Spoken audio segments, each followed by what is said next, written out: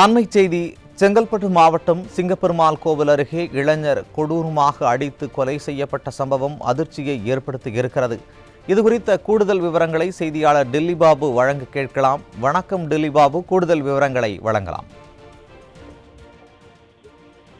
நிச்சயமாக சுரேஷ், இந்த விடியா திமுக ஆட்சியில் நாள்தோறும் நடைபெறும் குற்ற சம்பவங்களால் தொடர்ந்து பொதுமக்கள் கடும் அவதிக்கு உள்ளாகி வருகின்றனர்.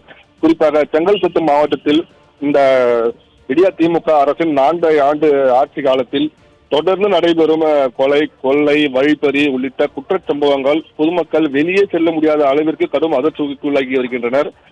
மேலும் ஒரு சம்பவமாக இன்று செங்கல்பட்டு அடுத்த சிங்கப்பெருமாள் கோவில் அருகே ஏரி பகுதியில் அடையாளம் தெரியாத இளைஞர் தலையில் பலத்த வெட்டு காயங்களுடன் கொலை செய்யப்பட்டு ரத்த வெள்ளத்திற்கு இருந்து கிடந்த சம்பவம் பெரும் பரபரப்பை ஏற்படுத்தியுள்ளது.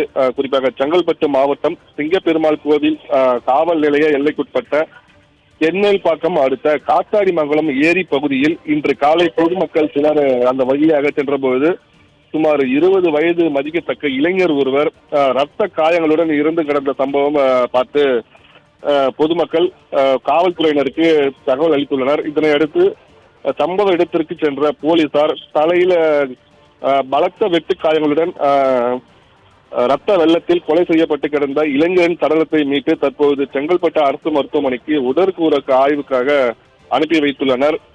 மேலும் இறந்து கிடந்த இளைஞர் யார் என்பது குறித்தும், இளைஞர் கொலை செய்யப்பட்ட காரணம் குறித்தும், கொலை செய்த மர்ம நபர்கள் யார் என்பது குறித்தும் தற்பொழுது போலீசார் விசாரணை தொடங்கியிருக்கின்றனர்.